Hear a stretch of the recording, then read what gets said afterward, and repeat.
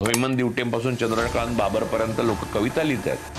पण मूळ मुद्दा हा आहे की कवी हा त्या कवितेचं रसग्रहण करणाऱ्या रसिकाखेरीज अपूर्ण असतो. तो समाज, तो रसिक नष्ट झालाय. जर स्त्री नटली आणि त्याचं रसग्रहण करणारा पुरुष नसेल तर मग त्या नटल्याला पूर्णत्वच नाहीये. तर आता या नटण्याचा शृंगाराशी संबंध आहे, बलात्काराशी नाही. स्त्रीला बोलताना, वागताना, तिला जवळ घेताना, मिठी मारताना, काहीही करताना माझ्यामध्ये अशी स्पेसिफिक सेक्शुअल भावना कधीच असत नाही.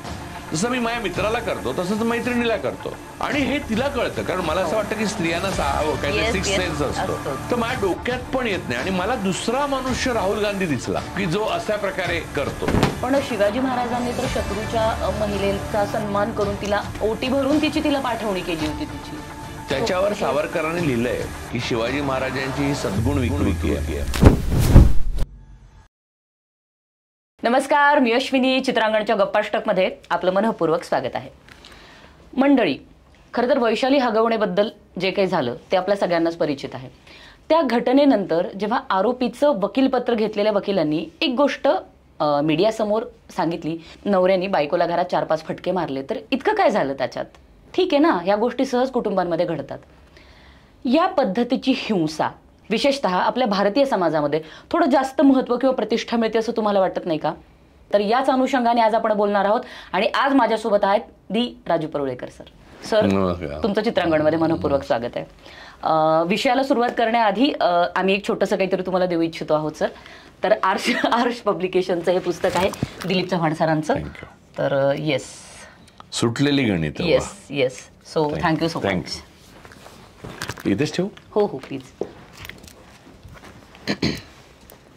तर हे प्रकरण तर तुम्हाला माहिती आहे, अख्खा मीडिया सध्या याच प्रकरणाने गाजतोय आपल्याकडचा. आणि पुन्हा या गोष्टी ठळक होत आहेत की भारतीय समाजामध्ये हिंसेला फार प्रतिष्ठेचं स्थान दिलं गेलंय. तर एकूणच या बाबतीत तुमचं काय मत आहे सर? भारतीय समाजामध्ये हिंसेला प्रतिष्ठेचं स्थान दिलं गेलं नाहीये. भारतीय समाजामध्ये हिंसेला प्रतिष्ठेचं स्थान आहे. कारण तुम्ही बघा की वैचारिक असो, लैंगिक असो, राजकीय असो किंवा कौटुंबिक असो, ही हिंसा ही आपल्याकडे प्रतिष्ठित आहे. आपल्याकडे प्रेमाला प्रतिष्ठा नाही आहे. म्हणजे व्हॅलेंटाईन डेच्या विरुद्ध हिंसा करणारे हे लोक प्रतिष्ठित असतात, त्यांचे नेते अधिक प्रतिष्ठित असतात. बाळासाहेब ठाकरेंनी ते सुरू केलं तेव्हा बाळासाहेब ठाकरे काय बघ व्हॅलेंटाईन डे विरुद्ध, पण म्हणजे मुळामध्ये आपण कशाविरुद्ध काय करतोय याची जाणीव ही म्हणजे ती अबोध मनातच आपल्या पक्की असते की हिंसा हीच बरी. पण तुम्ही जे सुरुवातीला उदाहरण दिलं त्याच्याबद्दल मला एक सांगायचं आहे, अतिशय महत्त्वाची गोष्ट. कारण माझं संपूर्ण बालपण ग्रामीण भागात गेलं आणि मी पाहिलेलं आहे. म्हणजे स्टॉकहोम सिंड्रोम हा स्त्रियांमध्ये पण असतो. तो कसा, तो सांगतो की नवरा मारत नसेल ना तर बायका चिडवतात एका बाईला. एवढंच नव्हे तर ती बाईसुद्धा खजील होते की आपल्या नवऱ्यामध्ये काहीतरी पुरुषत्वाची म्हणजे मॅनली नाही आहे, तो असा हे आहे, बायकी आहे. तुम्ही लक्षात घ्या की अलीकडेपर्यंत पुरुषाने जर बाईबरोबर काम केलं स्वयंपाकघरात तर तिची आई किंवा इतर स्त्रियाच त्याला घेरावून असं म्हणतील की काय रे बायकोच्या अगदीच नादी लागलाय वगैरे असं बोलतील. बायकोचा बैल झाला. आणि आईच्या बरोबर, आई लहानपणापासून आपल्याबरोबर किचनमध्ये मुलीने जशी मदत करावी असं विचार करते, तसं मुलाने करावी असं कधीच विचार करत नाही. हा मुद्दा आहे. तर यातून ना एक पुरुष सत्ताक, मॅचो, अल्फा सिंड्रोम निर्माण केले गेलेला आहे. आणि तो म्हणजे तो कौटुंबिक पासून राजकीय पर्यंत. म्हणजे बघा, तुम्ही एखाद्या समारंभात जाता जिथे तिथला जो एक 15-20 खून केलेला नगरसेवक असतो त्याला प्रतिष्ठा असते आणि कवी कोपऱ्यात बसलेला असतो जो चांगल्या प्रेम कविता लिहितो. म्हणजे ग्रेसांची महानता जी आहे ती आपल्याला हृदयनाथांनी त्यांना संगीत दिल्यावर कळायला लागली, ती गेली तेव्हा वगैरे. अन्यथा हेच कविता लिहून सगळ्या किंवा चिंत्रे खानोलकरांनी आरती प्रभूंनी, म्हणजे त्यांचं आरती प्रभू हे कवी म्हणून नाव, तर त्यांनी कविता लिहून जर कुठच्या कार्यक्रमाला गेलं तर त्यांना फीत कापायला सांगितली नसती. या उलट एक 15-20 मर्डर करून हळूहळू आमदार पदापर्यंत किंवा आता तर देशाच्या गृहमंत्री पदापर्यंत पोहोचता येतं. तर ते पोहोचलेल्या माणसाला लगेच प्रतिष्ठा मिळते. तुम्ही लक्षात घ्या की साहिर लुधियानवी आणि अमित शहा एका कार्यक्रमाला गेले तर साहिर लुधियानवीपेक्षा अमित शहांना चाटुकारी करायला लोक पुढे आले असते. आज साहिर लुधियानवी आणि ते समकालीन नाही आणि साहिर लुधियानवी हयात नाही, हे साहिरचं नशीब. तर आता बघा ना, रामभद्राचार्य नावाच्या एका बोगस माणसाबरोबर गुलजारना ज्ञानपीठ अवॉर्ड देण्यात आलं. हे म्हणजे हिंसेबरोबर कवीला बरोबर केलंय, प्रेमाला प्रतिष्ठा देण्याचा प्रयत्न आहे. तर हे इथून सुरू होतं, घरातून. तर तुम्ही जे मला सुरुवातीला उदाहरण सांगताना माझ्या लक्षात आलं की गावामध्ये बायका अभिमानाने आपल्या नवऱ्याला मालक म्हणतात. आणि मालकाने 2 मारल्या तर काय फरक पडतो, म्हणजे गाय बैल यांना जसं मारतात, तो खायला घालतो ना, तो अंगावर काय म्हणतात कपडे आणि मग दागिने कधीतरी, आणि मग म्हणजे असं, आणि मग मी नवरा आहे ना तुझा, मग मी बोलणारच वगैरे, असं जे सगळं हे जे आहे ना ते एक तर पुरुष प्रधान आहे. आणि यातून पुढे म्हणजे मी तुम्हाला सांगतो की रेप जे भारतामध्ये एवढ्या प्रमाणावर होतात, आणि रेप ही एक कल्चर आहे, ते 2 प्रकारे, म्हणजे इव्हन सावरकरांनी त्याचं समर्थन पण केलंय रेपचं. शत्रूच्या स्त्रियांवर रेप करावे असं त्यांनी आपल्या पुस्तकातच लिहिलंय. तर या प्रकारचं कल्चर जे आहे ना ते कुठून येतं माहितीये का तुम्हाला, की तुम्ही लक्षात घ्या, रेप ह्याच्यामध्ये सेक्स किंवा शृंगार नाहीच आहे. रेप ही हिंसा आहे. लोकांना रेप ही सेक्सशी काहीतरी संबंधित गोष्ट वाटते, ती नाही आहे. तुम्ही लक्षात घ्या की 2 महिन्याच्या मुलीपासून, अर्भकापासून ते 75 वर्षाच्या बाईपर्यंत कुणावरही रेप होतो. याचा अर्थ त्याच्याशी सेक्सचा काही संबंध नाही, त्याच्याशी हिंसेचा संबंध आहे. त्यामुळे पर्सनलीच पॉलिटिकल. तर तुम्ही जे म्हणालेला सुरुवातीला की वैशाली हगवणे प्रकरणातलं जे वकिलाचं वाक्य आहे ते सर्वकालिक सर्वश्रेष्ठ सत्य म्हणून भारतीय समाजाने स्वीकारलेलं आहे. किंबहुना 2-4 चापट्या काय, ती मुलगी दर 2 महिन्याने अंग सुजलेल्या अवस्थेत यायची तर वडील परत पाठवायचे, अजून काहीतरी मोबाईल जावयाला देऊन वगैरे. पण ही त्या कसपटे आणि हगवणे कुटुंबाची कथा नाही आहे, ही भारताची कथा आहे. आणि स्त्रियांना सर्वात कमी मान मिळतो वगैरे, ह्या त्या सगळ्या ज्या गोष्टी बोलल्या जातात त्याचं मूळ कारण हिंसेला प्रतिष्ठा देणं, आणि अल्फा हे टोळी प्रमुख हा पुरुष असणार आणि तो हिंसा करणार, आणि तो रक्षणासाठी स्त्रीच्या हिंसा करणार, अशा काहीतरी काल्पनिक समजामध्ये जे टोळ्या त्याच टोळी मानसिकतेमध्ये भारतीय समाज आज जगतो आहे. आणि राजकीय दृष्ट्या 2014 पासून त्याला अधिक त्या अवस्थेत आणलेलं आहे. त्यामुळे हे सगळं होणं ऑब्व्हियस आहे, स्वाभाविक आहे. परंतु मी असं नाही म्हणणार की गेल्या 100,000 वर्षामध्ये हा पहिला हुंडाबळी होता. त्यामुळे या सगळ्या गोष्टी ज्या आहेत त्या एकात एक गुंतलेल्या आहेत, आणि त्याचं जर तुम्हाला उकल करायची असेल तर ती खूप व्यामिश्र आहे, आणि त्याला खूप वेळ घेऊन करायला लागेल. जर तुमची तयारी असेल तर आपण करू. नाही सर, या घटनेच्या नंतरच म्हणजे रादर त्या घटनेसोबतच अजून 4-5 घटना त्या दरम्यान पुन्हा घडल्या. मला वाटतं एक बीडची होती, एक औरंगाबादच्या पैठणजवळची कुठली तरी होती. अशा अनेक घटना त्या लागोपाठ घडल्या, आणि तुम्ही म्हणताय त्याप्रमाणे हे काही नवीन नाहीये. तर पण इथे एक मुद्दा मगाशी तुम्ही म्हणालात बोलताना की सावरकरांनी सुद्धा रेप या कॉन्सेप्टला मान्यता दिलेली आहे की शत्रूंच्या स्त्रियांवरती रेप करा, ते एक कल्चर आपल्याकडे आहे. पण शिवाजी महाराजांनी तर शत्रूच्या महिलेचा सन्मान करून तिला ओटी भरून तिला पाठवणी केली होती तिची. त्याच्यावर सावरकरांनी लिहिलंय की शिवाजी महाराजांची ही सद्गुण विकृती आहे म्हणून लिहिलंय त्यांनी, की ही शिवाजी महाराजांमध्ये विकृती होती, सद्गुण विकृती. त्या सावरकरांची जी आपण रिस्पेक्ट करतो, म्हणजे हल्लीचे लोक तर देव मानतात, नवीन सत्ताधीश, त्या सावरकरांची थॉट हा होता की स्त्री जर शत्रू असेल आणि त्याला स्त्री असेल तर तिच्यावर रेप करावा. लिहिलंय त्यांनी. म्हणजे मी पण नाही, savarkar.com वर जाऊन तुम्ही वाचू शकता. सर म्हणजे फार गंमत वाटते हे बोलताना, कारण तुम्ही पुरुष आहात, मी स्त्री आहे, आज आपण इथे गप्पा मारतोय. पण असं तुम्हाला कोणी सांगितलं? विरोधाचा भाग सोडून देऊ सर. पण किती सहज, कारण मी माझ्या बायोमध्ये ही असं कधीच लिहिलेलं नाही म्हणून विचारलं. ओके. सो आता मी कन्फ्युज आहे की याच्यावर मी काय उत्तर देऊ. तर प्रश्नावर येत आहे. मध्यंतरी काय झालं होतं, जेव्हा मी रानडेमध्ये पत्रकारितेचं शिक्षण घेत होते तर त्या दरम्यान ना एमएड पण मी करत होते पॅरलली, आणि त्या दरम्यान मी एक रिपोर्ट वाचला होता. मला आता नेमका पुरेसा संदर्भ आठवत नाही, पण त्यातला मेन कॉन्टेंट माझ्या लक्षात आहे की साधारण भारतीय महिलांमध्ये 95% महिलांना सेल्फ ऑर्गॅझम या कॉन्सेप्टबद्दल माहितीच नाहीये. म्हणजे थोडक्यात त्यांचं सेक्शुअल लेवलवरती सुद्धा दमन होतंय. म्हणजे ती कुठेतरी एक प्रकारची हिंसाच आहे. बरोबर आहे. Am I right sir? हे कधीपासून नाही, कारण भारतामध्ये मुळात जर आपण आपली संस्कृती बघितली, आपली कल्चर बघितली, आपल्याकडच्या अगदी लेण्या बघितल्या की तिथपासून सगळीकडे आपण जे बघतोय तर सेक्स किंवा एकूणच कामजीवनाला खूप वेगळ्या पद्धतीने तिकडे बघितलं गेलंय. पण हे जेव्हा आत्ता आपण बघतो या गोष्टी, तर हे अगदी जमीन आसमानाचं अंतर आहे या दोन्ही गोष्टींमध्ये. आणि तिथे सतत हे जे काही होणारं दमन आहे ना, तर ते थोडंसं हिंस्र स्वरूपाचं आहे असं तुम्हाला वाटत नाही का? सोसायटी नेहमी, समाज हा नेहमी अनेक गोष्टींनी बांधलेला असतो. त्यात एक तुमचा इतिहास असतो त्या समाजाचा, त्याचं एक कल्चर असतं, संस्कृती असते, त्याचं एक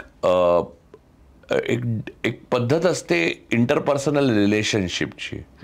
म्हणजे जसं की इंटरपर्सनल रिलेशनशिपबद्दल जगामध्ये भारत हा एकच कदाचित देश असावा, अजून एखाद दुसरे देश असतील तर अरब कंट्रीमध्ये, की जिथे स्त्रीला परपुरुषाकडे बघू नकोस किंवा त्याच्याशी बोलू नकोस असं सांगितलं जातं, आणि अरेंज मॅरेज करून एक दिवशी सांगतात की या परपुरुषाबरोबर झोप म्हणून.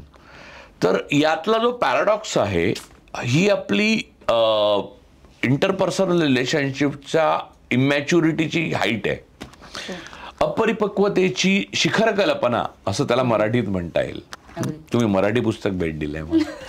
तर मूळ मुद्दा असा आहे की ऑर्गॅझम वगैरे ही खूप पुढे गोष्ट झाली. हां, मुळामध्ये महादेव गोविंद रानड्यांनी 11 वर्षाच्या मुलीबरोबर लग्न केलं, किंवा ज्या काळामध्ये ब्रिटिश भारतामध्ये राज्य करत होते त्या काळामध्ये जरठकुमारी विवाह हा विषय होता बरं का.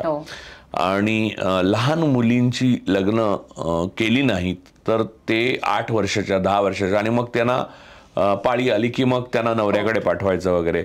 म्हणजे तुम्हाला सांगतो की मॉडर्न मेडिसिन आणि आधुनिक विचार भारतात यायच्या अगोदर गर्भावस्थेमुळे आणि बाळंतपणामध्ये मुळे मरणाऱ्या स्त्रियांची संख्या अपार होती. म्हणजे भारतामध्ये लोकसंख्या कमी असण्याचं तेही एक कारण होतं. दुसरं एक महत्त्वाचा मुद्दा असा की या प्रकारच्या विचारसरणींना मध्ये तुम्ही एक बघताय की शरीररचना पाहता पुरुषाला लैंगिक सुखासाठी काही वेगळं करावं लागत नाही. हां, तर आणि शरीर सुखासाठी स्त्री काही अंशी पुरुषावर अवलंबून आहे, तो काळ लक्षात घ्या. तर त्याच्यामध्ये विचार काय केला गेलेला आहे, पुरुषाला लैंगिक सुख आणि म्हणजे प्रजनन होणं, समाजामध्ये प्रजनन होणं, म्हणजे जनावरांमध्ये मुळामध्ये मादी आणि नराचा संगमच यासाठी होतो की अजून ती पैदास होत जावी, तशी मानवी पैदास होण्याकरता हे होतं. आणि तेव्हा गर्भनिरोधनाची साधनं नसल्यामुळे पुरुषाच्या कामवासनेला वाव मिळावा आणि स्त्रीबद्दल असा कोणताही विचार नव्हता. मग स्त्रीला ऑब्जेक्ट बनवण्यामध्ये तुम्ही लक्षात घ्या की याविरुद्ध कोणी बंड केलं नाही असं नाही. आणि म्हणजे हा विचार जो आहे तो बहुजन संस्कृतीमध्ये प्रबळ होता की स्त्रीच्या स्वतःच्या अस्तित्वाला सन्मान देण्याचा. पण ब्राह्मण संस्कृतीमध्ये तर तो अजिबात नव्हता आणि त्यामुळे बहुजन संस्कृतीने त्याचं अनुकरण केलं. बघा, महाराजांमध्ये जो स्त्री दाक्षिण्य दिसतं ते स्त्री दाक्षिण्य पेशव्यांमध्ये दिसत नाही. साधी गोष्ट बघा तुम्ही, नानासाहेब पेशवे लहान लहान मुली ची तजवीज करून ठेवायला पत्र लिहितात. म्हणजे पानिपतला युद्ध चालू व्हायच्या अगोदर ते जिथे जिथे देशात म्हणजे पानिपतच्या दिशेने निघाले तर ते हे पत्र लिहितात की म्हणजे त्यांच्यासाठी पत्र येतात. तर म्हणजे पेशवाईचा काळच म्हणजे ह्या सगळ्यातच गेला. म्हणजे दुसऱ्या बाजीरावाच्या बाबतीत तर म्हणजे शेवट म्हणजे पुन्हा एकदा चरमोत्कर्ष होता या प्रकारे. त्यात घटचंचुकीपासून सगळं म्हणजे स्त्रीला वस्तू मानणं, स्त्रीला ऑब्जेक्ट मानणं आणि की पेशव्यांच्या दरबारामध्ये म्हणजे दुसऱ्या बाजीराव पेशव्यांच्या दरबारामध्ये ज्या सरदारांच्या वगैरे म्हणजे गोखले होते, त्यांच्या सरदार त्यांच्या पत्नीवर नजर गेली दुसऱ्या बाजीरावांची, बापू गोखले, जे सेनापती म्हणून नंतर प्रसिद्ध पावले, इंग्रजाविरुद्ध तेच एक लढले. तर त्यांच्या पत्नीवर नजर होती, तर ते त्यांच्या पत्नीचं बाजीरावांना कडे पाठवत नाहीत म्हणून त्यांच्यावर बाजीरावांचा राग होता कित्येक काळ. अशा अनेक गोष्टी तुम्हाला मी सांगू शकतो की म्हणजे स्त्रिया ह्या एकंदरीत वस्तू आहेत. मी तुमच्याकडे आलो आणि मला फ्लॉवर पॉट आवडला आणि मी राजा आहे तर मला तो फ्लॉवर पॉट पाहिजे, अशी बाईचा विचार केला गेला. तर मुळामध्ये तुम्ही लक्षात घ्या की स्त्रीच्या स्वतःच्या व्यक्तिमत्व म्हणजे ऑर्गॅझम वगैरे ह्या तुम्ही खूप पुढच्या गोष्टी बोलल्या. इंडिव्हिज्युअल असणं म्हणजे एक व्यक्ती म्हणून रिस्पेक्ट करणं स्त्रीला, हेच आपल्याकडे कुठे अजूनही कुठे आहे मला सांगा. म्हणजे स्त्रियांना स्वतःलाच वाटतं की पहिले एका स्त्रीचा रिस्पेक्ट होत नाही, मग ती 50शीला आली, तिला मेनोपॉज वगैरे आला की ती घरात येणाऱ्या नव्या स्त्रीचा डिसरिस्पेक्ट करायला सुरुवात करते. म्हणजे मी एकंदर गावाकडे ग्रामीण भारताचं चित्र सांगतोय. आणि मग डिसरिस्पेक्टची एक अनिर्बंध शृंखला चालू होते. त्याच्यामध्ये दमन हे एक कॉम्पोनंट आहे, एक भाग आहे. आता ह्याला अपवाद नाहीत का? हल्ली स्त्रिया पण नवऱ्यांचे खून करतात वगैरे असं कोणी सांगू शकेल, पण मी त्याच्यावर आपण नंतर बोलू शकतो. म्हणजे मी त्याच्यावर बोलीन की हे असं तर कायमच झालेलं आहे, पण मुद्दा तो नाहीये. मुद्दा नियम काय आहे तो आहे, अपवाद काय आहे हा नाही. तर या सगळ्याला उत्तर म्हणून जेव्हा शिक्षण हे महत्वाचं आहे असं सावित्रीबाई फुले, फातिमा शेख यांनी तुमच्या ह्याच पुण्यामध्ये जेव्हा मनावर रुजवलं स्त्रियांच्या आणि त्यांना ते करायला लावलं. म्हणजे ज्या वटसावित्री परत काल सावित्रीबाई आणि फुलेवाड्यामध्ये वटसावित्री करायला बायका गेल्या. बायकांना कळत नाहीये की त्या जाऊन कुऱ्हाडीवर स्वतः पाय मारतायत. पण ठीक आहे, म्हणजे आता ज्यांना मारायचं तो मारू दे. पण मी अशा स्त्रिया बघतो आणि मी बोलतो त्यांच्याशी. मला आवडतं बोलायला की काय बरं मनात चाललं असेल की नवरा रागावला नाही, नवरा भांडला नाही, नवरा चिडला नाही, नवऱ्याने ताट फेकलं नाही किंवा नवऱ्याने हात उचलला नाही, तर आपण काहीतरी कमी आहोत किंवा नवरा काहीतरी कमी आहे असं वाटतं.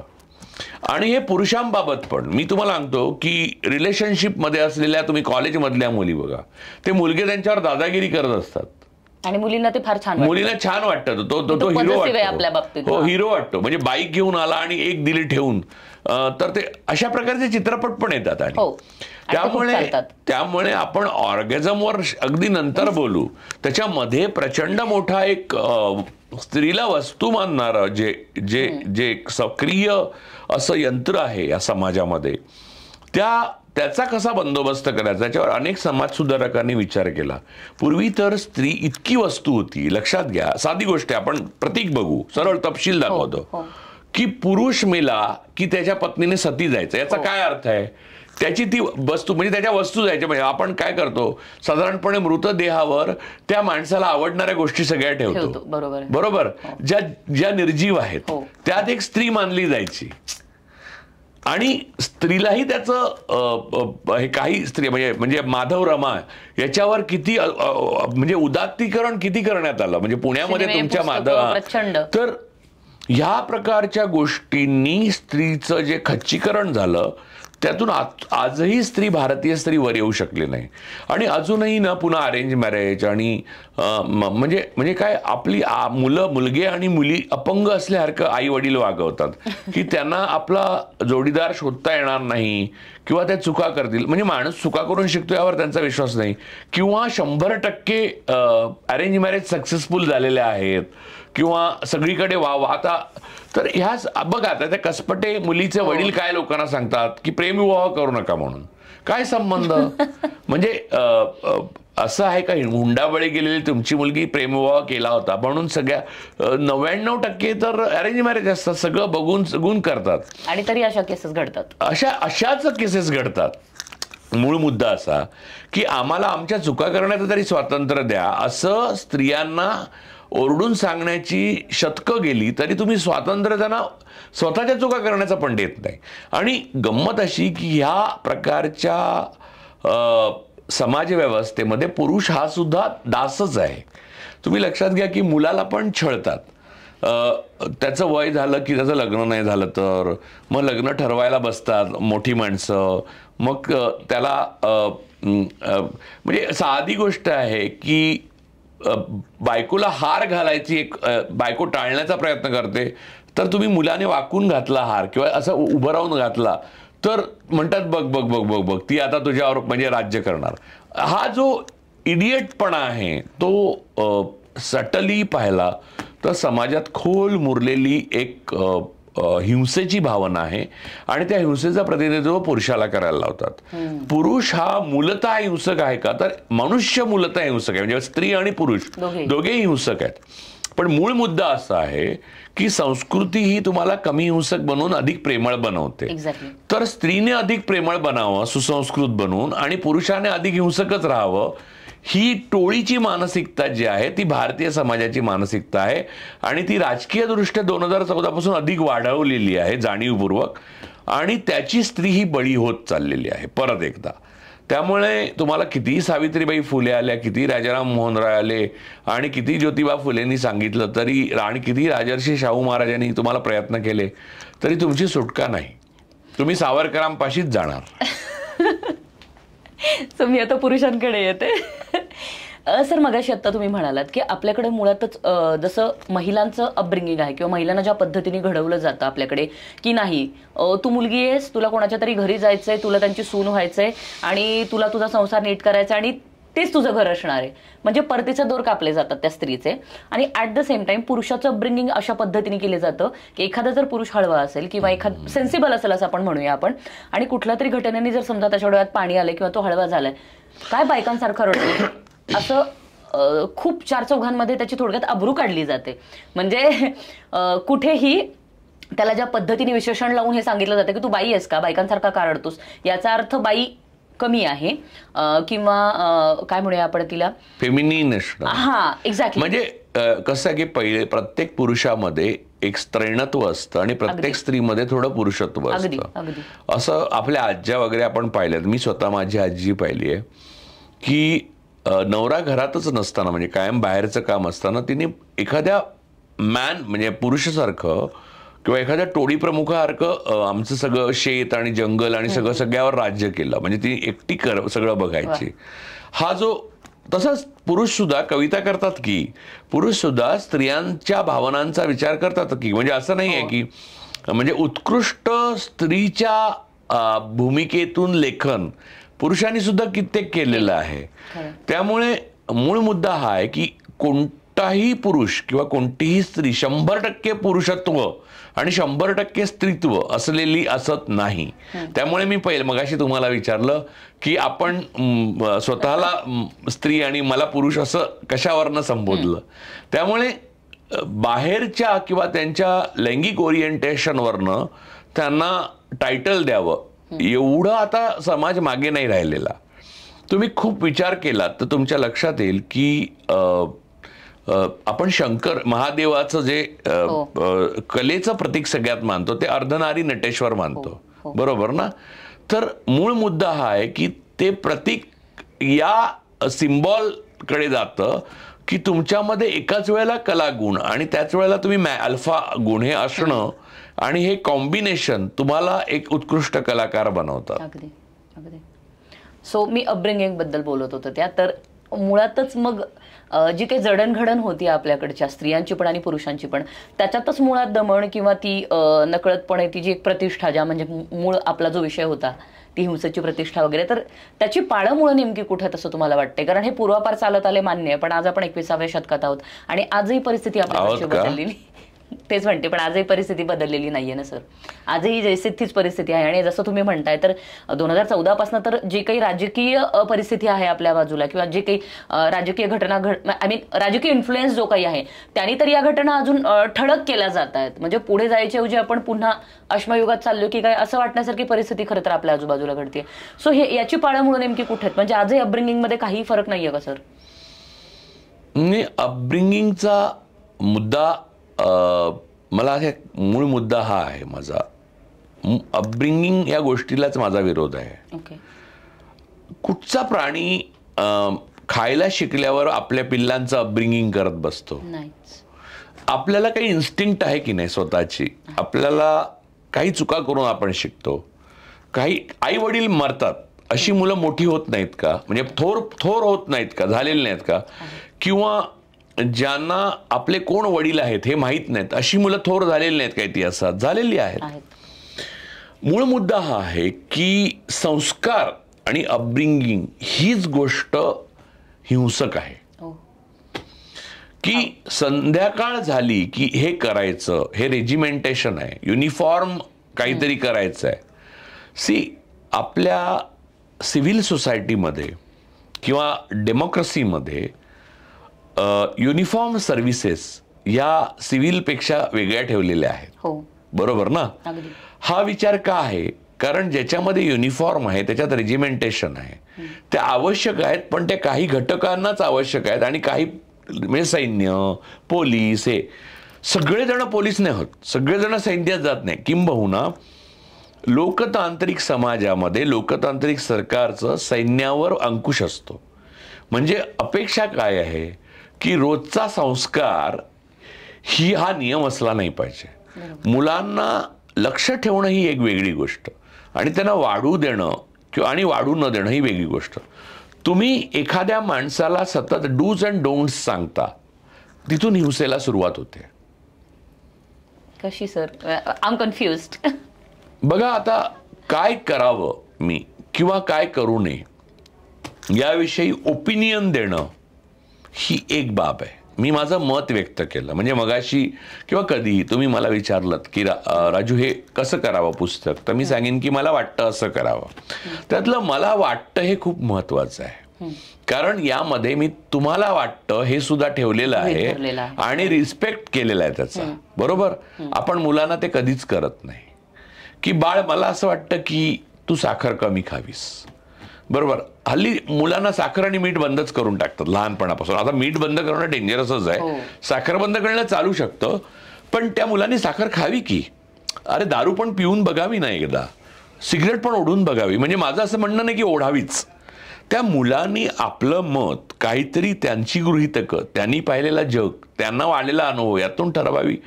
तुला सांगतो की मी लहानपणी हे जे पिन घातली ना, ती पिन येत नाही, त्याच्यामध्ये ना आईची हेअर पिन घातली आणि ऑन केलं आणि मला दणकून शॉक बसला. त्यानंतर माझ्या लक्षात आलं, म्हणजे हे प्रत्येकाने करू नये, पण माझं त्यानंतर लक्षात आलं की ह्याच्यामध्ये काहीतरी बेकार गोष्ट आहे. कारण प्रत्येक गोष्ट आई वडील सांगू शकत नाही, तर हे मला कधीच सांगितलं नव्हतं. तर हल्ली त्याला तो गार्ड येतो मुलांसाठी, तेव्हा काही नव्हतं तसं. तेव्हा फिटिंग जसं लाकडी पट्ट्यावर गावामध्ये करायचंय आणि ती लाईट आले हेच मोठी गोष्ट होती. तर मूळ मुद्दा असा की आपण सायकल चालवायला शिकतो.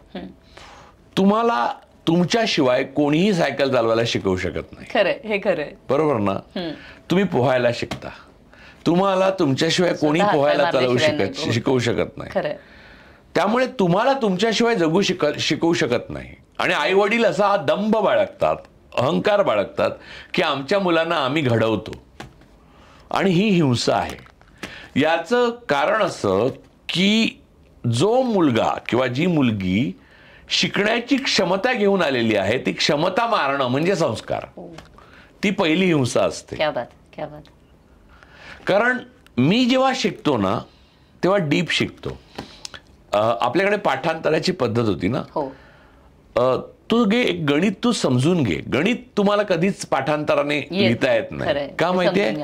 गणित समजून घ्यायला लागतं. गणित हा एक फार गोड विषय आहे. त्याचं कारण असं की कुठचाही विषय समजूनच घ्यावा लागतो, तो पाठांतराने येत नाही. आता भाषा आहे, मला मराठीचं व्याकरण काही येत नाही, मला हिंदीचंही व्याकरण येत नाही, मला इंग्रजीचंही व्याकरण येत नाही, मला तिन्ही भाषा येतात. अशा खूप भाषा खूप लोकांना येतात. बरोबर? त्यांना आयुष्यात व्याकरणाची गरज पडत नाही. ते उत्कृष्ट लिहितात, उत्कृष्ट बोलतात, उत्कृष्ट वक्ते आणि लेखक म्हणून प्रसिद्ध होतात, मृत्यू पावतात. बरोबर? व्याकरण शिकवायला आगाऊपणे, ज्यांना भाषेचं शास्त्र शिकायचं आहे तर त्यांना गरज आहे व्याकरणाची. तुम्ही भाषा, मातृभाषा ही तुझी कोणी ठरवली?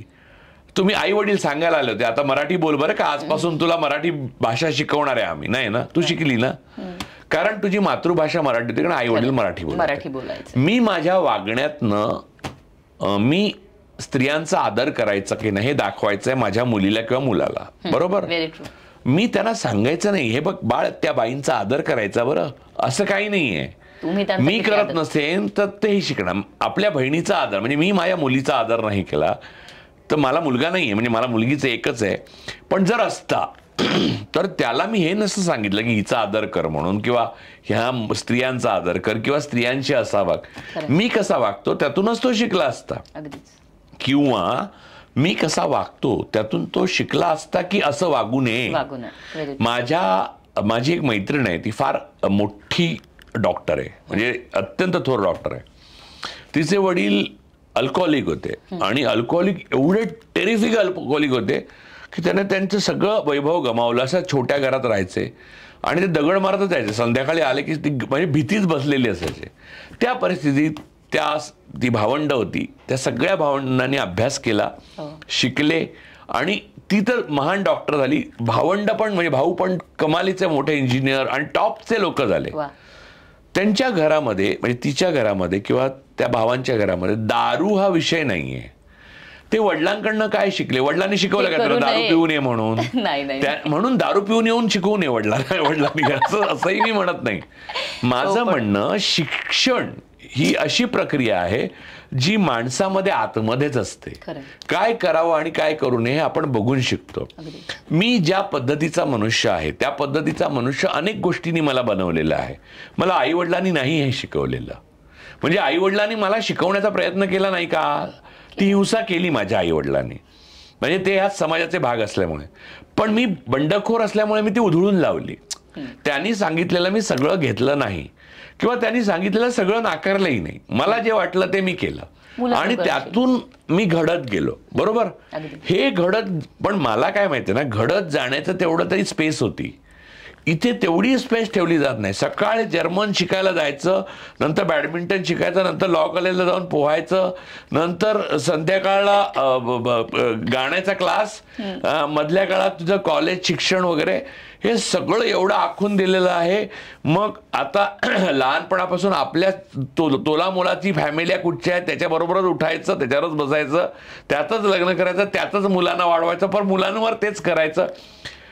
हे इतकं रॉथचाइल्ड सारखं आहे की यातून फक्त हिंसेला जन्म मिळू शकतो. यातून एक असा समाज उभा राहतो जो केवळ हिंसक होतो आणि यातून एक अख्खा मोठा समाज जो हे सगळे अफोर्ड करू शकत नाही, चौचले, तो समाज बाहेर राहतो आणि त्यांच्या अनुभवांचं चित्रण करणाऱ्या साहित्यापासून, संस्कृतीपासून, पदार्थांपासून, अन्नापासून, जीवनापासून, कामजीवनापर्यंत काहीही तुमच्या वाट्याला येत नाही.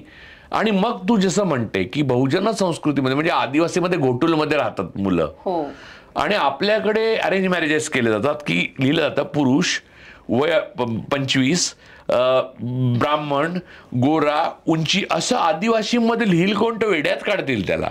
बरोबर. आता सांग पुढारलेले कोण आहेत आणि मागासलेले कोण? त्यांना आदी म्हणण्याच्या ऐवजी ह्यांना अंत म्हणावे का? मग हे अंतवासी आहेत का? तर मूळ मुद्दा असा आहे की ह्याकडे ओपन माइंडने, आणि ओपननेस हा अहिंसेकडे नेतो. प्रेम तुम्हाला अहिंसेकडे नेतं.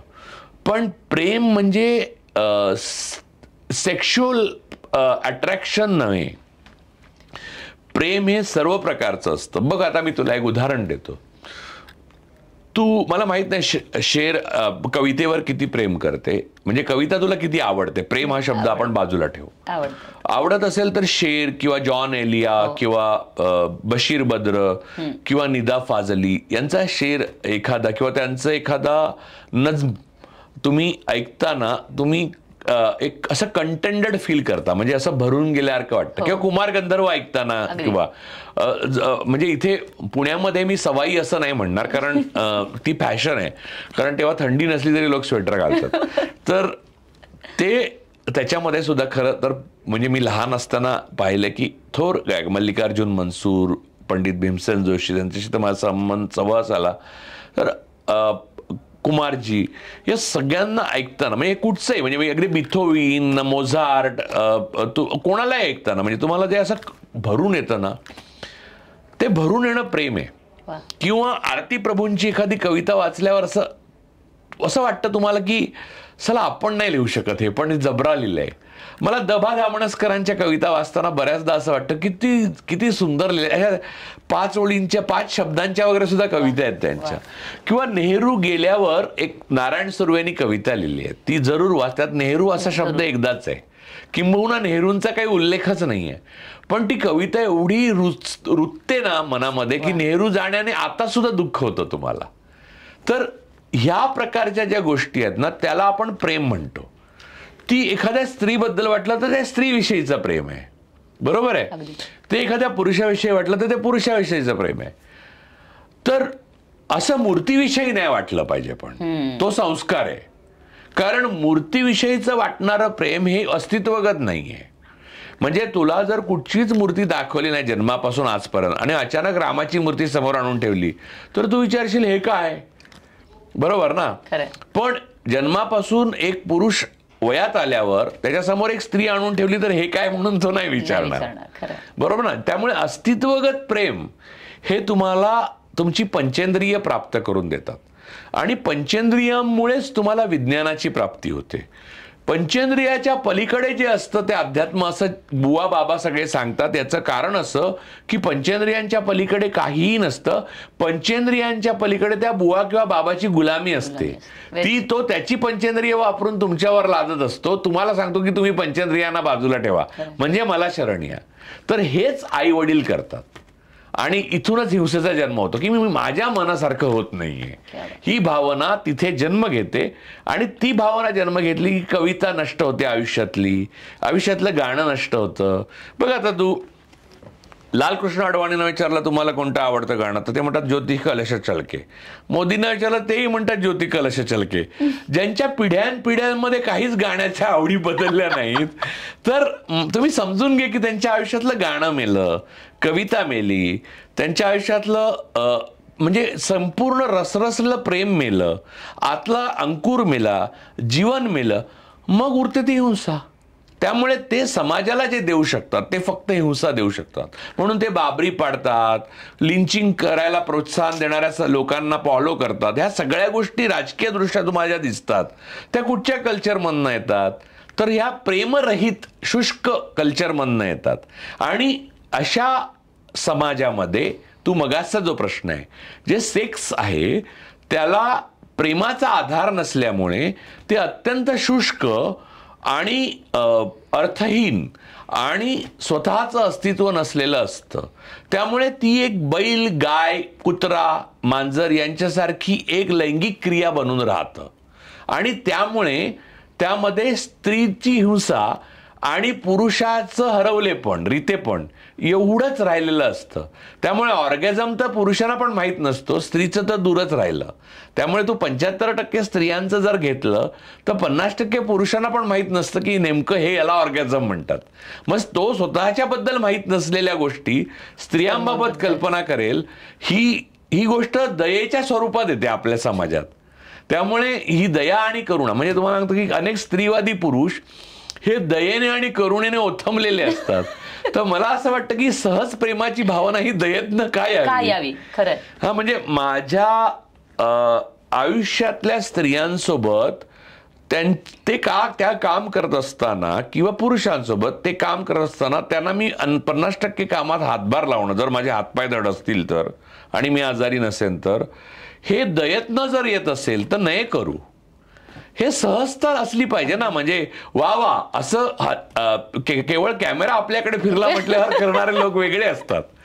पण कुठचाही कॅमेरा नसताना गाण्याला दाद देणारे लोक ह्यांना बरोबर जागा कळतात की तो मुर्का घेतलेला आहे तो कळतो आणि त्याने असं तुला भरून जातं. मग मला म्हणजे कित्येकदा ना तुम्ही गाणं ऐकता डोळे घळाघळा अश्रू व्हायला लागतात. अशी काही गाणी, अशी काही मैफिली मी ऐकलेल्या आहेत, पाहिलेल्या आहेत. तर ते अश्रू आहेत ना ते आनंद दुःखाचे नसतात, ते तुमचं भरून जाता तुम्ही आणि मग तुम्ही रिते होता. त्याच आहे. तर प्रेमानंतर इतकं प्रेमाने भरून गेल्यावर रित होणं आहे ते सेक्स आहे. त्याच्यामध्ये ऑर्गॅझम ऑटोमॅटिक आहे, त्याच्यात व्यवस्था आहे. पण तुम्ही तिथपर्यंत पोहोचण्याकरता तुम्ही भरायला तुम्हाला या समाजाने संधीच नाही दिली तर तुम्ही हिंसाच करणार ना, रक्तच काढणार. तुम्ही कशाला अश्रू काढताय? Without emotions it's a driver आहे ना. असं काहीच वाटतं नाही. आणि दुसरं नाही, विदाऊट इमोशन जगामध्ये कोणतीही गोष्ट केली जाऊ शकत नाही. इव्हन हिंसा सुद्धा. हिंसा ही प्रेमविरोधी इमोशन आहे. हिंसा ही सुद्धा बेसिक इन्स्टिंक्ट आहे, लक्षात घे. माणूस हा मूलतः जनावर आहे आणि तो हिंसक आहे. स्त्री म्हणजे मी पुरुषांच्या डब्यातनं जायचो फर्स्ट क्लासच्या, तर तो अर्धा डबा स्त्रियांचा असायचा. तर मी कॉलेजला जायचो सकाळी, तर माझा तो पास असायचा, स्टुडंटला डिस्काउंट असायचा, त्यामुळे तो परवडायचा. तर त्या महिलांच्या डब्यामध्ये जेवढी मारामाऱ्या व्हायच्या तेवढ्या पुरुषांच्या डब्यात व्हायच्या नाहीत. कारण त्यांचं हिंसेचं दमन झालेलं असायचं ना ग. एक्झॅक्टली. की काय होतं, आता तुला एक चेन असते हिंसेची पण, की बॉस ओरडतो नवऱ्यावर, तो नवरा येऊन बायकोवर ओरडतो, बायको मुलावर 2 धप्पाटे मारते आणि मूल आपल्या बाहुलीचा पाय तोडतं. ती हिंसेची चेन आहे. खरं, कळलं ना? तर ही चेन आहे ना, ही समाजात राजकीय हिंसेपासून लैंगिक हिंसेपर्यंत सगळीकडे चालते. भारतीय समाजात जर तुला लैंगिक हिंसा, स्त्रियांचं शोषण, लिंचिंग, मुसलमान वाईट हिंदू बरे, हिंदू वाईट मुसलमान बरे, ख्रिश्चनांना आणि मुसलमानांना वेगळे, हे सगळं डिव्हाइड जर दिसत असेल आणि त्याचा राजकीय कॅपिटल करता येत असेल तर तू समजलं पाहिजे तुला की हे मूलतः फॅमिलीमधनं आलंय. आपली कुटुंब व्यवस्था संपूर्णपणे हुकलेली आहे आणि तिचं फेरविचार आणि रिस्ट्रक्चरिंग करण्याची गरज आहे. रिज्युएनेशन नाही, नुसतं रिस्ट्रक्चरिंग करण्याची गरज आहे. हिंसा ही अशी भावना आहे जी जी जी सप्रेशन नाही येते, परवर्ट असतात. बघा, सेक्शुअली परवर्ट माणसं ही नेहमी दमनातनं आलेले असतात. बघ, मी आयुष्यभर ब्रह्मचारी राहीन असे मानणारे गांधीवाद्यांपासून संघाच्या लोकांपर्यंत, किंवा जैन मुनींपासून ते आपल्या भगव्या मुनींपर्यंत, तुम्ही आश्रमात त्यांच्या गेलात की गडबड दिसते काहीतरी तुम्हाला. आसाराम बापू नाही, आसाराम रहाम रहीम ही तर उघड उदाहरण आहे. पण तुम्हाला जर बाजूला पाहिलं तर राजकीय कार्यकर्ते सुद्धा अशा संस्कृतीतनं आलेले, मग ते गांधीवाद्यांपासून सुरू आहे. तुम्ही दमन केलं ना, दमन आणि नैसर्गिकरित्या तुम्ही त्याच्यावर विजय मिळवणे याच्यात खूप फरक आहे. तुम्हाला षड्रिपूवर विजय मिळवण्याचं आकर्षण असतं सगळ्यांना, आणि माणूस इतका दंभाने आणि खोटेपणाने भरलेला आहे, तो आपल्या दमनालाच विजय मानायला लागतो. विजय वेगळा आणि दमन वेगळं. मी विनोबा भावेंना ज्यांनी बघितलं असेल, मला माहित नाही, त्यांच्या आश्रमात मी सगळ्यांचे राहिलोय, तर विनोबा भावेंनी विजय मिळवला होता, त्यांच्याकडे दमन नव्हतं. गांधीजींनी विजय मिळवण्याचा जो लढा दिला त्याचं वर्णन आपल्या पुस्तकांमध्ये केलंय. गांधीवादी आणि विनोबावादींनी विजय नाही मिळवला, त्यांनी दमन केलं आणि मग ती विकृती म्हणून बाहेर आली. संघामध्ये पण जे पुरुष सत्ताकता किंवा स्त्रियांना नाही, किंवा कुठच्याही संघ म्हणजे केवळ म्हणजे संन्यासांचा संघ असेल, कुठच्याही धर्माचा असो, हे जे सेक्स रहित तुम्ही जीवन जगायला शिका, किंवा ब्रह्मचर्य हे जीवन आणि काम म्हणजे मृत्यू वगैरे जे शिकवलं जातं ना, ते अनसायंटिफिक तर आता सिद्धच झालेलं आहे की यामुळे कोणत्याही प्रकारचा शारीरिक, मानसिक, बौद्धिक आणि आध्यात्मिक लाभ होत नाही. पहिली गोष्ट म्हणजे मी तुला सांगतो अद्भुत गोष्ट, मी ज्या स्पिरिच्युअली एनलायटन्ड माणसं म्हणजे खरोखर आध्यात्मिक दृष्ट्या तेजपुंज माणसं मानतो, ज्यांनी लिहून ठेवलेली पुस्तकं वाचताना मला थक्क व्हायला होतं, त्यात महत्त्वाचं एक मनुष्य म्हणजे निसर्गदत्त महाराज. त्यांचं आडनाव धुरी होतं, त्यांचं रेग्युलर दुकान होतं आणि त्यांना मुलं होती, लग्न झालेलं त्यांचं, परिवार होता. तुम्ही निसर्गदत्तांचं आय एम दॅट नावाचं पुस्तक जे इंग्रजीत भाषांतर झालं ते मी वाचलं आणि मग मला लक्षात आलं की अरे मग थोर चित्रकार गायतोंडे आपले जे आहेत गायतोंडे चित्रकार गायतोंडे ते निसर्गदत्त म्हणजे निसर्गदत्त महाराजांना आवडायचे. तू बघशील निसर्गदत्त महाराजांचे फारसे फोटो नाही आहेत किंवा कुठे दिसत पण नाहीत ते. त्यांचा आश्रम पण असाच कुठेतरी आडोशाला आहे, दहिसरला वाटतं. तर ते मुंबईत राहायचे आणि ते जे बोलायचे ते सुद्धा लिहू द्यायचे नाहीत किंवा टेप करू द्यायचे नाहीत, ते त्यांच्याबरोबर संपवायचे. तर त्या एनलायटनमेंटसाठी त्यांना कोणत्याही प्रकारचं दमन करावं लागलं नाही. दमनाचं समर्थन करणारी कोणतीही संस्कृती ही प्रेम आणि सौंदर्याकडे जात नाही. दमनाचं समर्थन करणारी प्रत्येक संस्कृती ही हिंसा आणि विकृतीकडे जाते. भारतीय संस्कृती ही दमनाचं समर्थन करणारी हिंसा आणि विकृतीकडे जाणारी संस्कृती आहे. यामध्ये नेहमीच सबल आहेत ते दुर्बलांचं शोषण करतात, सबल आहेत ते दुर्बलांना अधिक दमन करतात. त्यामुळे स्त्रिया ह्या मूलतःच त्यांना व्यवस्थेमध्ये दुर्बल ठेवण्यात येतं. त्यामुळे कितीही सबल झाल्या तरी त्यांचं शोषण करणं हे सामुदायिक रीतीने शक्य असतं आणि तेही शक्य झालं नाही तर शारीरिक दमनासाठी रेप म्हणजे बलात्काराचा वापर केला जातो आणि ती हिंसा आपण सेक्स समजतो. म्हणजे बरेच चित्रपट चालले हिंदीमधले इन्साफ का तराजू सारखे, कारण त्याच्यात 2 रेप दाखवले होते. आता रेप ही हिंसा आहे तर ते सेक्स म्हणून बघायला जाणारे लोक पुरुष आहेत आणि महिलाही आहेत. तर या प्रकारची विचारसरणी जिथे डेव्हलप होते त्या समाजाचं म्हणजे तुम्ही लक्षात घ्या की उत्तर भारतात दक्षिण भारतात कुठे अनेक पर्यटन स्थळावर परदेशी महिला येतात. त्यांच्याकडे असे बुभुक्षितार की मुलं आणि पुरुष जातात, छोटी मुलं सुद्धा जातात बुभुक्षितार आणि त्यांना त्यांचं शोषण करण्याचा प्रयत्न करताना हात लावतात नको तसे वगैरे. स्त्रीच्या परवानगीशिवाय तिला हात लावण्याची सुद्धा मुभा तुम्ही स्वतःला देता का माने. तुम्हाला कोणीतरी सांगायची गरज नाही डोंट टच म्हणून. आणि गुड टच बॅड टच वगैरे लहानपणी आता ते अपरिहार्यपणे शिकवायला पाहिजे. याचं कारण असं की स्वसंरक्षणासाठी ते शिकवलं जातं. पण या प्रकारे शिकवायला लागणं हे इतके फेडोफाईल समाजात निर्माण होणं हीच समाज विकृत असल्याचे लक्षण नाही का. आपण एक सडलेला समाज आहे राजकीयदृष्ट्या पण, सामाजिकदृष्ट्या पण, कौटुंबिकदृष्ट्या पण आणि वैचारिकदृष्ट्या पण. त्यामुळे आपल्याकडे आताच महान कवी तुला दिसतात का म्हणजे खूप मोठ्या प्रमाणावर किंवा अजून लोक आरती प्रभूच वाचतायत. नवीन कविता लिहित नाहीत का, ते लिहित. हेमंत दिवटेंपासून चंद्रकांत बाबरपर्यंत लोक कविता लिहित आहेत. पण मूळ मुद्दा हा आहे की कवी हा त्या कवितेचं रसग्रहण करणाऱ्या रसिकाखेरीज अपूर्ण असतो. तो समाज तो रसिक नष्ट झालाय त्यामुळे कवी दिसत नाहीत. लोक कविता लिहित नाहीयेत असं नाही. जर स्त्री नटली आणि त्याचं रसग्रहण करणारा पुरुष नसेल तर मग त्या नटल्याला पूर्णत्वच नाही आहेत. तर आता या नटण्याचा शृंगाराशी संबंध आहे, बलात्काराशी नाही. मला एक उदाहरण सांगतो तुला. 95 साली सेना भाजपची सत्ता आली. तर ती सत्ता गेली 99 साली. तेव्हा मी लहान होतो म्हणजे मला काय तेव्हा नंतर माझं 2000 नंतर माझा कार्यक्रम एक मी सुरू केला होता त्या संवाद म्हणून. त्याच्यामध्ये एक मोठे नेते बोलवले, बाळासाहेब ठाकरे म्हणजे शिवसेनेचे. तेव्हा बाळासाहेब ठाकरेंची आणि शिंदेची अशी सेना नव्हती. खरी खोटी शिवसेना 2 नव्हत्या, एकच सेना होती शिवसेना. त्याचे नेते आले जे त्या मंत्रिमंडळात मंत्री होते पण ते हुशार होते म्हणजे आणि बोलायला तर फार गोड आहेत ते म्हणजे हुशार आहेत. माणूस म्हणून कसे आहेत मला माहीत नाही पण ते राजकारणी आता निवृत्त आहेत. त्यांचं नाव नाही सांगणार मी आणि ते तुम्हाला कळणारही नाही मी सांगितलं नाही तर.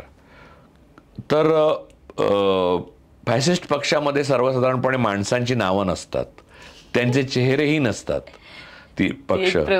तर नाही त्यांना मी प्रश्न विचारला.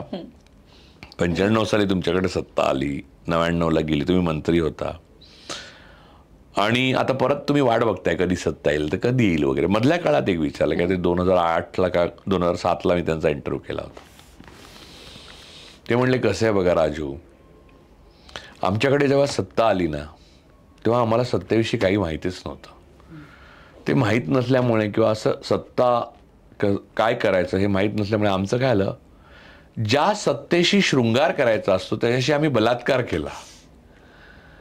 त्यामुळे ना ती सत्ता कधी गेली ते सुद्धा आम्हाला कळलं नाही, आम्हालाही मजा नाही आली आणि सत्तेला लोकांनाही नाही आली. म्हणले किती गोड बोललं. मला असं वाटलं की वैयक्तिक अनुभवाचं राजकीय टोक आहे जे 11 वर्ष गेल्या भारतात चाललेलं आहे. ते हेच आहे की जनतेशी नेत्यांनी शृंगार करायचा सोडून बलात्कार करतायत. तर हे जे आहे ना, हे एकतर सामाजिक, राजकीय आणि कौटुंबिक अनुभवाचा अभाव आणि तू ज्याला संस्कार म्हणते ते अति करण्याचा प्रयत्न यातून येतात. संघामध्ये संस्कार केले जातात, तुम्ही दूर राहा. कारण संस्कार केले जातात असं जिथे ॲडव्हर्टाइजमेंट केलं जातं, संस्कार करणारी शाळा, त्या शाळेत मुलाला घालू नका. मी माझ्या मुलीला शाळेत घालण्याच्या वेळेला, अर्थात तिलाही काही खूप ग्रेट शाळा, कारण शेवटी आपल्याकडे नाहीच आहेत कुठे म्हणून, पण मी सतत बघत होतो. मला एक शाळा जी फार आवडत होती, कृष्णमूर्ती फाउंडेशनची, तिला मी घालू शकलो नाही. याचं कारण म्हणजे माझ्याकडे तेवढे पैसे नव्हते त्यावेळेला. म्हणजे आत्ता असतील की नाही माहीत नाही, आता त्यांची फी झाली त्या अनुषंगाने आता पण नसतील कदाचित, पण आता ती ग्रॅज्युएट होऊन पुढचं शिक्षण घेते. पण मुद्दा असा आहे की तेव्हा मी गेलो तिकडे, तर तिथे काही शिकवत नाहीत. तर गंमत अशी की मी आधी माझ्या मुलीच्या अगोदर माझ्या भाच्यासाठी गेलेलो. तर तिथले जे मुख्याध्यापक होते ते IITian होते, IIT MTech होते, ते माझे मित्रच होते. तर ते मला म्हणाले की हे बघा राजू, इथून म्हणजे एक कृष्णमूर्ती फाउंडेशन शाळा मधुमलाईच्या जंगलात आहे, तिथे हत्ती येतात आणि रानहत्ती आहे, म्हणजे असं नाही की ते ट्रेन केलेले हत्ती असतात वगैरे. तसं इथली जी शाळा आहे ना, ह्याला नाशिकच्या पुढे आहे ती, तर मधला ब्रिज जातो त्याच्यावरनं पुढे गेल्यावर सह्याद्री स्कूल, आता माहीत नाही काय आहे त्याचं स्टेटस्को. ते म्हणले इथे वाघ येतात बरं रात्रीच्या वेळेला. माझ्या बहिणी म्हणली जायचंच नाही आणि वाघ बी चालणारच नाही. आणि नंतर गंमत अशी की जेव्हा माझी वेळ आली तेव्हा मलाही घरात नाही सांगण्यात आलं तिथे वाघ येतात म्हणून. बरं, माझी ऐपत नव्हती सोडा, पण माझी ऐपत नसण्याची अब्रू वाघाने वाचवली.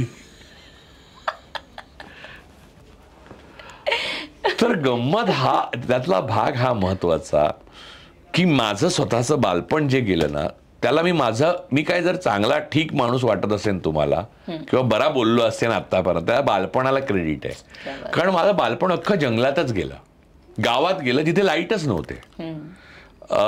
कोकणामध्ये पिंगुळी नाही, लहानपणी लाईट आले नव्हते तिथे. ग्रामपंचायतीची शाळा होती आणि काही नाही, शाळेत मुख्याध्यापक आणि पोस्टमास्तर एकच होते आम्हाला. आणि फुल वाटेत आमच्या इथे घराच्या बाहेर आजही आहे ते आवळ्याचं झाड आहे, ते आवळे पाडले. मग पुढे गेलं, मग अजून काय अपकैऱ्या पाडल्या, त्या खाल्ल्या. ओढ्यामध्ये माश्यांनी पायाला चावेपर्यंत पाय बुडवून ठेवले. असं करत शाळेत गेलं. दर बुधवारी शाळा शेणाने सारवायला लागायची, तसं शेणाने सारवली. म्हणजे मला ना नंतर आई, इथे आम्ही मुंबईत आल्यावर मला आई सांगायची की अरे ते थंड आहे, तुला सर्दी होईल. तर हे सगळं मला कधी आजीने सांगितलंच नव्हतं. म्हणजे आईला चिंता वाटत असेल पण आजीच्या पुढे बोलण्याची हिंमत नव्हती. त्यामुळे काय झालं की हे सगळं म्हणजे पडलो, लागलं, इथे माझ्या खूण आहे, इथे एक खूण आहे, हा दगड लागलाय कोणीतरी मारलेला, तो आत गेला तर डोळा फुटला असता. असे आमचे डोळे फुटलेले मित्र पण होते. हे मी असा वरनं झोपाळ्यावरनं जाऊन दांडकन आपटलो तर माझं तोंडच बंद झालेलं. अर्थात आत्ता BJP आणि संघाला वाटत असेल तेव्हा बंद झालेलं, तर आता चालू का झालं तर, पण ते नंतर चालू झालं. पण इथे खूण आहे अजून मला, ती माझ्या पासपोर्टवर खूण विचारायची ना पहिले, तेव्हा तिने दिलेली. हे अशा प्रकारचं लाईफ आहे ना. मग आम्ही इथे मुंबईत आलो, मी 8वी 7वीत असताना. मग ट्रेन, बस, मग मी फेलोशिपला जाताना ऊसतोड कामगारांच्या गाड्या, म्हणजे कोयता म्हणतात गाडी, ह्या बीडकडनं पश्चिम महाराष्ट्र जाणाऱ्या, ते माझं संशोधन त्याच्यावर होतं. तर मग त्याच्यासाठी दुधाचे टँकर, ट्रक. तुला सांगतो की मी माझ्या मुलीला नेहमी सांगतो की असं एकही वाहन नाही ज्याच्या चालकाने किंवा त्याच्या वाहकाने माझा अपमान केलेला नाही. तर ते आणि चालायला तर मला प्रचंड आवडत, आजही आवडतं. पण ते असं नाही, म्हणजे शहरात नाही, मोकळं पाहिजे चालायला, रस्ता शांत आणि एकटा पाहिजे. तर माझ्या आयुष्यात ह्या सगळ्यांनी अपमान केले, वाटेल तसा पडलो, खूप लागलं. म्हणजे हे जे भाग आहे ना, हे भाग 2 ते बऱ्या अवस्थेत हल्ली असतात. म्हणजे मी मोठा झाल्यावर झाले.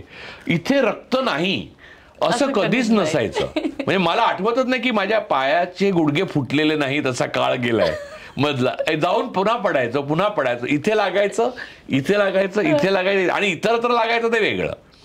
तर या प्रकारचं पडणं, नंतर माझ्या सर्व जाती धर्माचे मित्र, त्यांच्याकडे खाणं, जेवणं, त्यांच्याकडे उठणं, राहणं, आणि एक आपल्याकडे जी संस्कार म्हणून सूक्ष्म रेषा असते ना, ती मुंबईत आल्यावर मी पाहिली की मुलींशी बोलायचं नाही. त्यामुळे मुलांमध्ये सर्वात जास्त उत्सुकता मुलींशी बोलण्याकडे असते. ती माझ्याकडे 7वी पर्यंत कधीच नव्हती. त्यामुळे 8वी पासून मी काय बदलच केला नाही स्वतः. 2-3 वेळा मार खाल्ला शिक्षकांचा, पण माझ्यात कधीच बदल झाला नाही. त्यामुळे लक्षात घे की मला स्वतःला जाणवतं माझ्या इतर पुरुष मित्रांपेक्षा मी एक गोष्ट माझ्यात वेगळी आहे की स्त्रीला बोलताना, वागताना, तिला जवळ घेताना, मिठी मारताना, काहीही करताना माझ्यामध्ये अशी स्पेसिफिक सेक्शुअल भावना कधीच असत नाही. जसं मी माझ्या मित्राला करतो तसंच मैत्रिणीला करतो. आणि हे तिला कळतं, कारण मला असं वाटतं की स्त्रियांना काहीतरी 6th सेन्स असतो. तर तू माझे असे असंख्य फोटो, चाहत्या मुली वगैरे, तर माझ्या डोक्यात पण येत नाही. आणि मला दुसरा मनुष्य राहुल गांधी दिसला की जो अशा प्रकारे करतो. तर मला ना हे कुठून आलं असेल, तर माझ्या मनात ही भावना असत नाही त्यावेळेला. ते म्हणजे अरे बाई बघितली की सेक्स वाटावं म्हणजे तुम्ही काहीतरी दमन केलेलं आहे भयंकर. तर असं काही मला कधी वाटलं नाही. मला लहानपणापासून मुलींबरोबर खेळण्याची सवय असल्यामुळे, किंबहुना मला इथे मुंबईत आल्यावर आम्ही पहिले डोंबिवलीत राहायचो, संस्कारी शहर. तर विलेपार्ला, डोंबिवली, दादर, पुणे ही सगळी संस्कारी शहरांमध्ये मोडतात.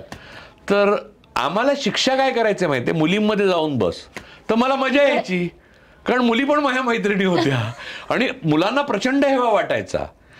अरे नंतर मला असं कळलं की रुईयाच्या मला एका स्टाफ मेंबरनी, म्हणजे सेक्शुअली परवर्ट कसे निर्माण होतात लाईफमध्ये त्याचं उत्तम स्टाफ मेंबरनी मला सांगितलं, खूप वर्षांपूर्वीची गोष्ट, आत्ताचे नाही, रुईयात तेव्हाच्या रुईयात, की JVS मध्ये असं हे नव्हतं की स्त्रियांसाठी बाथरूम आणि पुरुषांसाठी वेगळं बाथरूम नव्हतं.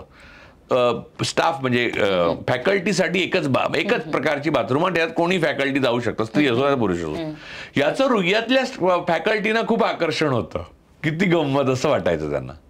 आता बोल, हे मला एका फॅकल्टीनेच सांगितलं.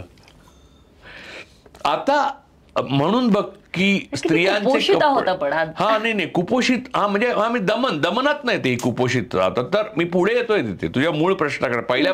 तिथे यायला आतला अख्खा मधाचा प्रवास आहे ना, असं डायरेक्ट थोडी जात आहे त्याच्याकडे. तर मी बघ, पुरुषांना स्त्रियांचे अंतर्वस्त्र सगळं याचं फार आकर्षण असतं. ते कुठून येतं हे मला नेहमी प्रश्न पडायचा. हे असं कसं वाटू शकतं याला असं, म्हणजे याच्यात काय नाविन्यपूर्ण गंमत आहे. तर ह्याच्यात नाविन्यपूर्ण हे आहे की ते एका साधूने एका माणसाला सांगितलं असतं ना, मला देव दाखवतो, म्हणतो की तुला देव अगदी दिसणार समोर असा, फक्त 8 दिवस माकडाचा विचार करायचा नाही तू. तर त्या माणसाला तोपर्यंत कधीच माकडाचा विचार मनात आलेला नसतो, पण त्या 8 दिवसात माकडाशिवाय तो विचार करत नाही. त्यामुळे हे स्त्री विषयाचं दमन एवढं केलेलं असतं की त्या दमनातनं याशिवाय, सेक्शुअलिटी शिवाय काही सुचतच नाही माणसाला. काही लोकांच्या डोक्यात बाईंचे केवळ अवयव असू शकतात. नाही, केवळ अवयव नाही. मी तुला सांगतो की बहुतेक पुरुष हे कुठची छोटी मुलगी असो किंवा म्हातारी बाई असो, तिला नागडीच बघतात नजरेने. आणि ते इतकं भयानक आहे. आणि आता मला ना, मी या एवढ्या पारदर्शक आयुष्यातनं गेल्यामुळे मला त्या पुरुषांच्या नजरेतनं बाईला जसं कळतं तसं मला कळतं. हा वस्त्रांच्या आतमध्ये चाचपतोय, अरे रे असं वाटतं मला. त्याचीही दया येते की किती, म्हणजे कसा की भुकेल्या माणसाची दया येते ना आपल्याला नेहमी, तसं भुकेल्या माणसाची मला दया येते. तर तू लक्षात घे की जो मनुष्य स्वतःच भुकेला आहे तो दुसऱ्याला काय ऑर्गॅझम देणार. तू मगाशी 75% स्त्रियांना ऑर्गॅझम नाही ना असं सांगत होती ना, तो ज्याच्याकडनं अपेक्षित करताय तुम्ही, ती माणसंच बिचारी आहेत ती भुकेली आहेत, ती दमन केलेली आहेत, त्यांना स्वतःच प्राप्त नाही स्वतःचं काही स्वत्व, ते दुसऱ्याला कसा, म्हणजे तू अपेक्षा काय करते माहितीये का, की घरामध्ये खायला अन्न नाही अशा माणसाकडनं पंचपक्वान्न तुम्हाला मिळावीत स्त्रियांना. अशा समाजामध्ये अशा ऑर्गॅझमची अपेक्षा नाही करू बाळ. म्हणजे या क्षणाला माझं असं तोंड बंद झालं की आता पुढे काय बोलू. पहिला प्रश्न विचारला तो शेवटचा होता ऍक्च्युली. जो प्रश्न खरं तर मी तुम्हाला शेवटी विचारणं अपेक्षित होतं तोच प्रश्न मी तुम्हाला पहिल्यांदा विचारला होता. पण त्या पहिल्या प्रश्नाच्या उत्तराचा हा जो काही प्रवास होता ना तो कमालीचा इंटरेस्टिंग होता, विचार करायला भाग पाडणारा होता आणि माणूस म्हणून काय म्हणूया स्वतःच्या डोकावायला सुद्धा भाग पाडणारा होता. So thank you so much. आणि नक्कीच मला वाटतं हे बघून काही अंशी का होईना लोक स्वतःमध्ये थोडेसे डोकावून बघतील की आम्ही किती दमन केले, आम्ही या हिंसेला कशा पद्धतीने प्रतिष्ठा देतोय आणि प्रेमाच्या अप्रतिष्ठेचं काय हे आपण पुढच्या एपिसोडमध्ये बोलूयाच. सो मंडळी, तुम्ही कुठेही जाऊ नका, stay connected with us. Thank you so much sir. Thank you so much. Thank you.